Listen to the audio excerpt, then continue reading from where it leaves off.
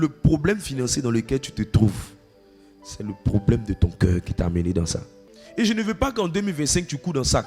Parce que tu vas être en train d'investir dans quelque chose qui ne te donnera rien. Parce qu'au bout du premier trimestre, ça va fondre comme des bonbons barapapa. Donc je veux ici t'enseigner la clé qui peut faire que quelqu'un va sortir des crises financières. Et aussi, qu'est-ce qui peut faire que Dieu va voir quelqu'un dans une crise, mais Dieu le regarde et puis il faut rester dedans. La seule différence entre les deux, c'est qu'avant de te donner la prospérité, Dieu regarde d'abord ton cœur. Exode 23, 29 à 30. Imagine que Dieu donne, imagine un peu, Dieu donne 100 millions à un colérique qui n'a pas travaillé sur sa colère. Imagine un peu, 100 millions à un colérique.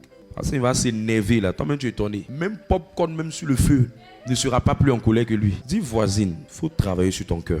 Vas-y, fais la lecture. Exode chapitre 23, le verset 29.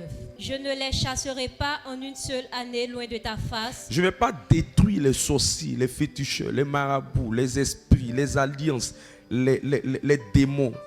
Je ne vais pas le faire en un seul trait. De peur que le pays ne devienne un désert. De peur que le pays ne devienne un désert. De peur que si je fais ça en un seul coup et que tu as tout, tu finis par te détourner de moi. Et que les bêtes des champs ne se multiplient contre toi. Et que maintenant, à cause du fait que ton cœur n'est pas bien traité, l'élévation que tu vas avoir là, les problèmes qui vont venir là, tu ne pourras pas supporter. Parce que plus l'argent augmente, plus les tentations deviennent plus grandes. Je peux te dire quelque chose? Un homme qui commence à avoir l'argent, près de 100 millions. Les femmes qui étaient fans de toi quand tu avais 1 million, ce n'est pas les mêmes femmes qui seront fans de toi quand tu as 100 millions. Est-ce que quelqu'un comprend ce que j'ai envie de prêcher là? Est-ce que quelqu'un comprend le message?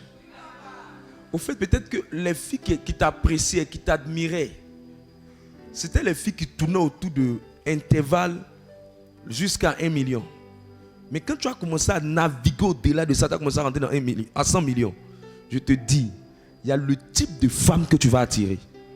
Donc Dieu dit, il peut te donner un peu. Quand ton cœur est prêt, il t'envoie un peu. Quand ton cœur est prêt, il envoie un peu. Quand ton cœur est prêt, il envoie un peu. Voilà pour une femme. Je te dis, il y a un niveau d'homme qui vient dans ta vie là. C'est au niveau où tu es. Quand tu as monté dans les sphères de la vie, je te dis, il y a des hommes qui vont venir vers toi. Son teint, sa taille, ses tablettes. Tu vas dire, attends, c'est l'homme ou bien c'est ange? C'est pas ange, hein? C'est le niveau où tu es rentré là. Il y a son niveau aussi là-bas. À chaque niveau d'ascension, il y a un niveau de provocation et de tentation. Donc quand Dieu voit que tu es en train de te tuer avec les gars du Zigei et les filles du Logobi, il se dit, mais s'il essaie de t'aider encore plus, parce que les filles du Zigei, les gars du Zigei là, eux là, c'est leur niveau. C'est ce qu'ils mangent et qui fait qu'ils sont derrière toi. Quand tu as changé de niveau, est-ce que tu vas pouvoir supporter la tentation qui vient? C'est pour ça qu'il dit, il fait un peu, il fait un peu, il fait un peu, il fait un peu. Il fait un peu, ton cœur est bien. Il dit c'est bon, il peut. Il fait encore, c'est bon un peu. Il fait encore, c'est bon un peu. Il fait encore jusqu'à ce qu'il t'amène plus loin. Il y a tentation, il y a tentation. Hein? Tu n'as pas idée. Elle va parler en langue. Le gars la prend dans sa voiture climatisée. Frayons la soie comme ça. Voiture sans bruit. Tic, tic. Tic, tic. Allons-y, lis mon test. Le verset 30. Je les chasserai peu à peu loin de ta face. Je les chasserai peu à peu.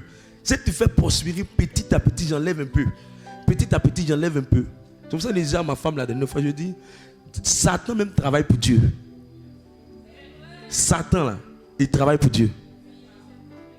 La raison, si les sorciers diminuent, tu ne vas plus venir à la prière. C'est faux. L'essentiel, c'est qu'il veut qu'à la fin là, tu te retrouves au ciel. C'est tout. Donc quand il voit que tu as du mal à venir, il dit, lui il n'est pas encore prêt. Attendez un peu les gars, attendez un peu. C'est pour ça que depuis là, il y a une sorcière qui ne veut pas le laisser partir. On le chasse à la prière ici. Mais Dieu lui dit pardon, reste un peu. Et lui là, si tu ne le poursuis pas, il ne va pas venir. Reste un peu, tu vas le poursuivre. Elle s'est dit, je les chasserai peu à peu. Ça veut dire qu'il peut les chasser en un seul coup. Mais il préfère les chasser peu à peu, loin de ta face. Continue. Jusqu'à ce que tu augmentes ton nombre. Jusqu'à ce que.